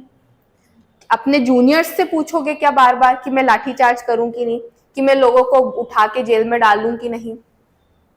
पूछोगे क्या? नहीं पूछोगे। ये रियल लाइफ एग्जाम्पल है। दंगे हुए, आपने तुरंत निर्णय लिया, आपने खुद ने तुरंत निर्णय लिया, आपने किसी से पूछा नहीं, ठीक है, और आपने उसको इम्प्लीमेंट भी करवा दिया, मतलब आपने उस चीजों को लागू करवा दिया, ठीक है, डिसीजन लेने के बाद। ये आइडल है ऐसी सिचुएशंस में, इमरजेंसी सिचुएशंस में। अब अगर आप इमरजेंसी सिचुएशन नहीं है, जैसे कि अगर इसी शहर में यातायात की जो प्रबंधन है वो चेंज करना है ना, तो क्या होगा, वो अलग अलग ट्रैफिक एरिया के जो इंचार्जेस हैं उनसे बातचीत करेंगे, उनसे जानेंगे कि वहाँ की स्थिति क्या है, करंट सिचुएशन क्या है, वहां पर कितना ट्रैफिक आ रहा है, इंदौर से कितना ट्रैफिक आ रहा है, देवास से कितना ट्रैफिक आ रहा है, हर जगह का पूछेंगे, तब जाके वो निर्णय लेंगे। ठीक है, ये सही सिचुएशन है। अगर यहाँ पर भी वो ऑटोक्रेटिक लीडरशिप फॉलो करते, खुद ही सारा निर्णय ले लेते और बोल देते कि देवास के जो है जितने भी ट्रैफिक आ रहा है वो इंदौर की तरफ डाइवर्ट करो, तो क्या इंदौर रोड पे ज्यादा जाम नहीं लगेगा? बिल्कुल लगेगा, है ना। पार्किंग का अगर उनने बोल दिया कि हरि फाटक ब्रिज पे आप पार्किंग ना करो, आपको घूम के आना है और चिंतामण की तरफ जाना है, या फिर आपको जाना है इधर सर्किट हाउस की तरफ, ये बोल दिया, तो फिर पूरी व्यवस्था क्या हो जाएगी? ध्वस्त हो जाएगी। क्यों? क्योंकि आपने सामने वालों से तो पूछा ही नहीं कि हरि फाटक या फिर सर्किट हाउस पे व्यवस्था है पार्किंग की नहीं है। आपने सिर्फ निर्णय ले लिया, आपने थोप दिया अपना निर्णय, आपने बोल दिया कि हरि फाटक से आप यहाँ पर लेकर आ जाइए, यहाँ पर जबकि व्यवस्था ही नहीं है पार्किंग की। फिर ये क्या हो जाएगी? एम्बिग्यूटी क्रिएट करेगी, कंफ्यूजन क्रिएट करेगा, लड़ाइयां होंगी। फिर पूरी व्यवस्था जब पेपर में आता है, एक यातायात व्यवस्था ध्वस्त, इसी कारण। क्यों? क्योंकि निर्णय सही से नहीं लिए गए और उन्होंने जहां पर ऑटोक्रेटिक फॉलो करना था वहां पर वो चीज फॉलो नहीं करी, जहां पर उनको डेमोक्रेटिक फॉलो करना था वहां पर वो चीज फॉलो नहीं करा गया। अंडरस्टूड? इमरजेंसी की सिचुएशंस में this is the ideal way of leadership which is need to be followed emergency की सिचुएशन में। ठीक है, बाकी आपको दूसरों से लेना, उनकी राय लेना बहुत इंपॉर्टेंट रहता है। जितनी ज्यादा राय आएगी उतने ज्यादा अच्छे सोल्यूशन आएंगे। ये थी हमारी autocratic leadership. I think this is sufficient. बाकी की लीडरशिप स्टाइल्स हम कल के लेक्चर में पढ़ेंगे। ओके